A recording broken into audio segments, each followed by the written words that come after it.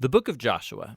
Let's back up and remember the story so far. So God chose Abraham, and then his family became the people of Israel, who are then enslaved down in Egypt. And so through Moses, God rescued Israel out of Egypt. He made a covenant with them at Mount Sinai, and he brought them through the wilderness. So Israel then camped outside the promised land, and Moses called them to obey God's commands so that they could show all the other nations what God is like. The book of Joshua picks up right after Moses has died and Israel's ready to enter the land. So the story of Joshua is designed with four main movements. Joshua first leads Israel into the promised land, and then once they're there, they meet all this hostility from the Canaanites, and so they engage them in battle. Then after their victories, Joshua divides up the promised land as the inheritance for the 12 tribes, and then the book concludes with these final speeches that Joshua gives to the people. So let's dive in and we'll see how all of it flows together. The first section begins with Moses' death, and Joshua is appointed as Israel's new leader. And the author intentionally presents Joshua as a new Moses. So like Moses, Joshua calls the people to obey the Torah, which means the covenant commands that they were given at Mount Sinai. And then Joshua sends spies into the land, just as Moses did back in Numbers chapters 13 and 14, except it goes way better this time. In fact, even some Canaanites turn and follow the God of Israel. Joshua then leads all Israel across the Jordan River and into the land.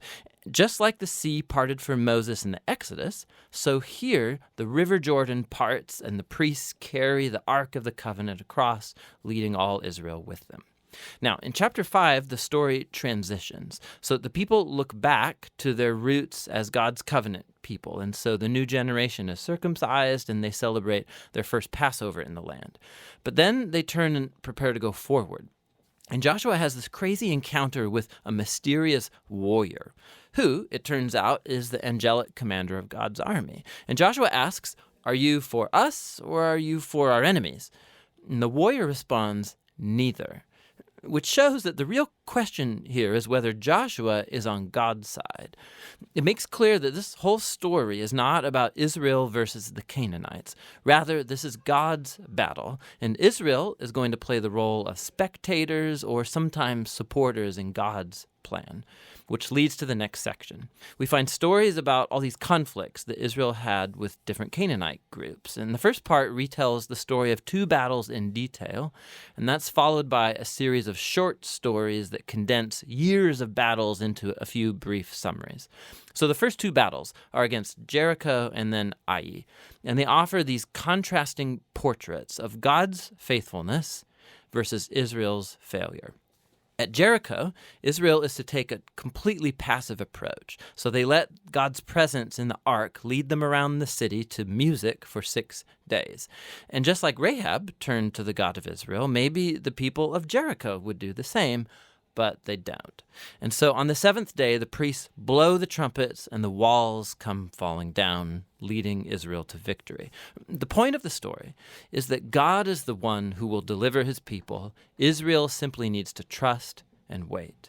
Now, the next story of the battle at Ai makes the opposite point. So there's this Israelite named Achan, and he steals from Jericho some of the devoted goods that were to belong to God alone, and then he lies about it. It's a pretty lame move after all that God has done for Israel. And so Israel goes into battle with the city of Ai, and they're totally defeated. And it's only after humble repentance and severely dealing with Achan's sin that Israel gains victory. And so together, these two stories, they're placed right up front to make an important point. If Israel is going to inherit the land, they have to be obedient and trust in God's commands. They don't get special treatment. Now, the second part of this section begins with the Gibeonites, a Canaanite people group, and they do just what Rahab did as they turn to follow the God of Israel and they make peace with Israel. This is in contrast to all of these other Canaanite kings who start to form alliances and coalitions, and they want to destroy Israel. So Israel engages them in battle, and they win by a landslide. And so this whole section concludes with this summary list of all of these victories won by Moses and then by Joshua. Now, let's stop for a second, because odds are that these stories and the violence in them, they're going to bother you. And if you're a follower of Jesus, you're bound to wonder, didn't Jesus say to love your enemies? Why is God declaring war here?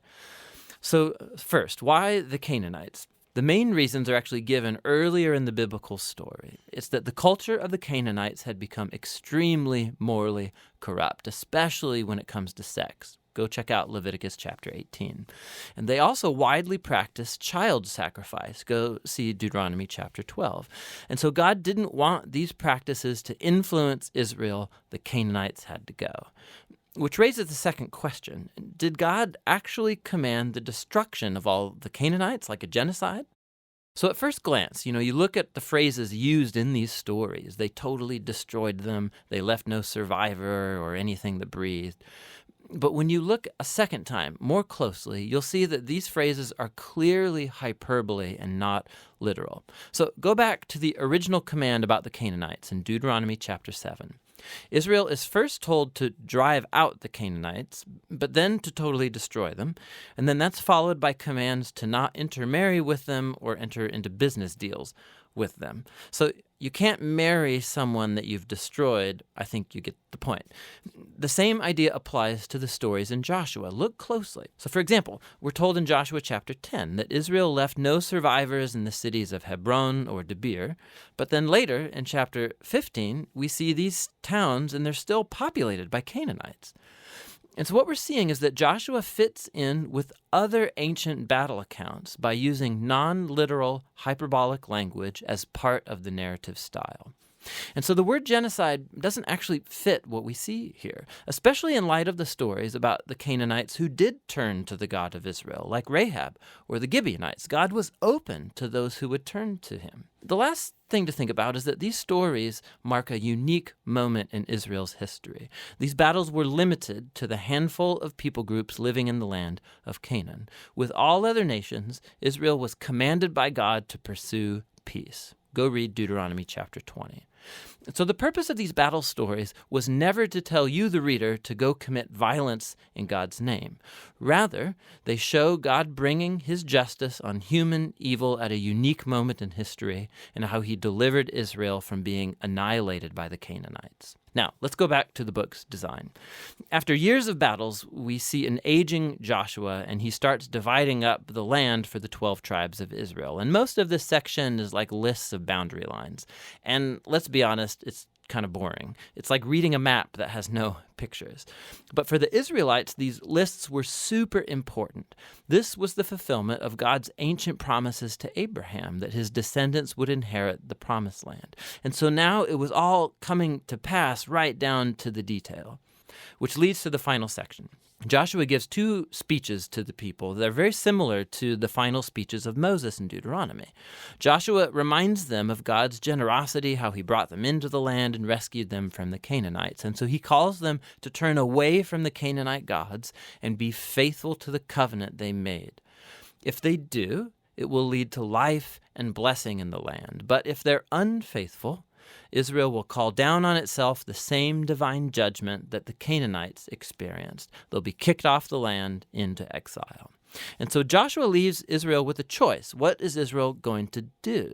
That's the big question that looms as the story ends, and that's the book of Joshua.